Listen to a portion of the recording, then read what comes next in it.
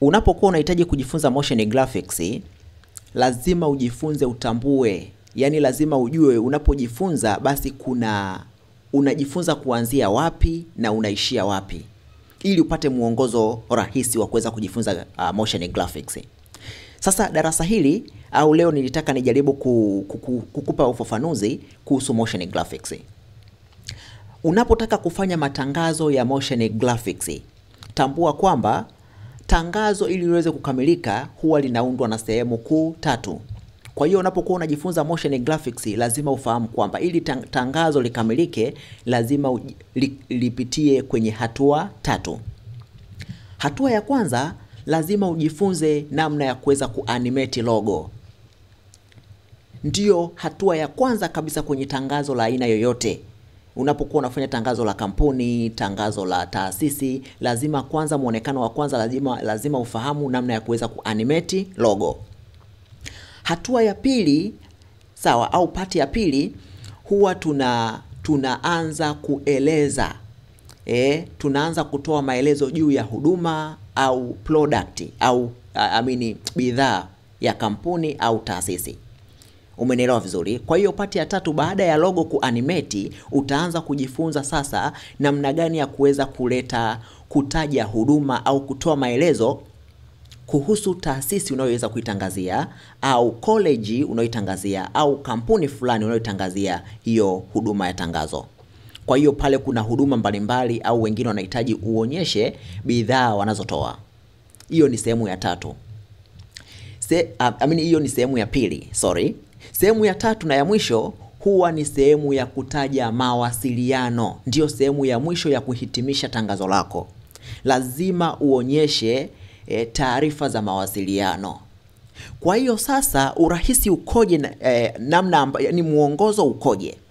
Lazima ujifunze namna ya kufanya animation ya logo. Cha kwanza, lazima ujue kufanya animation ya logo. Kama haujui kufanya animation ya logo, basi motion graphics itakushinda.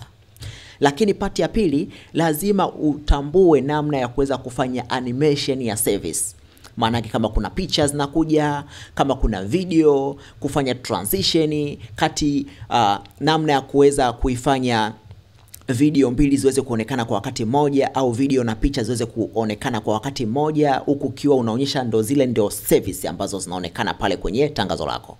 Kwa hiyo lazima ujifunze namna gani ya kuweza kuanimate huduma, lakini kuweza kuanimate bidhaa. Umenielewa vizuri? Baada ya hapo lazima ujifunze namna ya kuweza kuanimate ili mawasiliano yapate kuonekana sasa kwenye tangazo.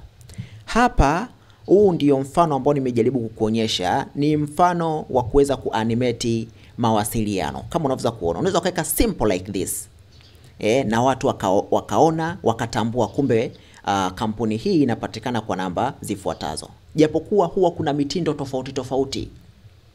Na hapo ndio tunaongelea ubunifu au creativity. Unaweza ukajifunza huu mtindo mmoja tu ukaweza kutengeneza tangazo lako, lakini ili uweze kuwa creative zaidi au uweze kuwa bora zaidi, lazima uwe unasoma, uwe una mitindo tofauti ya kuweza kuanimate. Yale taarifa zile za mawasiliano au logo hiyo, lakini unakuwa na mitindo tofauti ya kuweza kuanimate. Kwa hiyo hapo ndipo utakuwa umehitimisha kujifunza swala zima la motion graphics. Kwa hiyo unapokuwa unasoma motion graphics, hakikisha kwamba unatambua namna ya kuweza kuanimate logo. Hatua ya pili, unatambua namna ya kuweza kuanimate huduma, picha zile ambazo unataja huduma au video ambazo unakuwa unataja huduma, namna ya kuweza kuanimate bidhaa kama vile product hizi, labda mafuta na vitu vingine. Hatua ya mwisho kabisa ni hatua ya kuweza kuanimate mawasiliano. Kwa hiyo hizo hatua 3 peke yake unakuwa tayari umeshakamilisha. Ukizipitia kwa usahihi unakuwa tayari una uwezo wa kutengeneza tangazo lililokamilika. Mimi hapa nilijaribu kufanya hiyo modeling ya watu wengi na washinda. Kuna hizi element, kwa mfano phone call, location, hizi icon. Nitaelekeza namna gani ya kuweza kuzitengeneza na kuweza kuzifanyia animation. Natumia Element 3D kuzitengeneza na kuweza kuzifanyia animation. Sawa? Kwa hiyo kuna kitu kinaitwa Element 3D, ni plugin ya After Effects ambayo inatumika kutengeneza element mbalimbali za 3D kwa ajili ya kuzitumia. Kwa mfano hii phone call, mwingine anaweza katengeneza location, mwingine anaweza akafanya maandishi yake yawe 3D. Haya maandishi yangu yako katika mfumo wa 3D. Nimetumia hii element 3D. Kwa hiyo ni mitindo tofauti tofauti ambayo unaweza kujifunza na ukaweza kuitumia kwenye motion graphics. Asante sana. Bye bye. Thank you.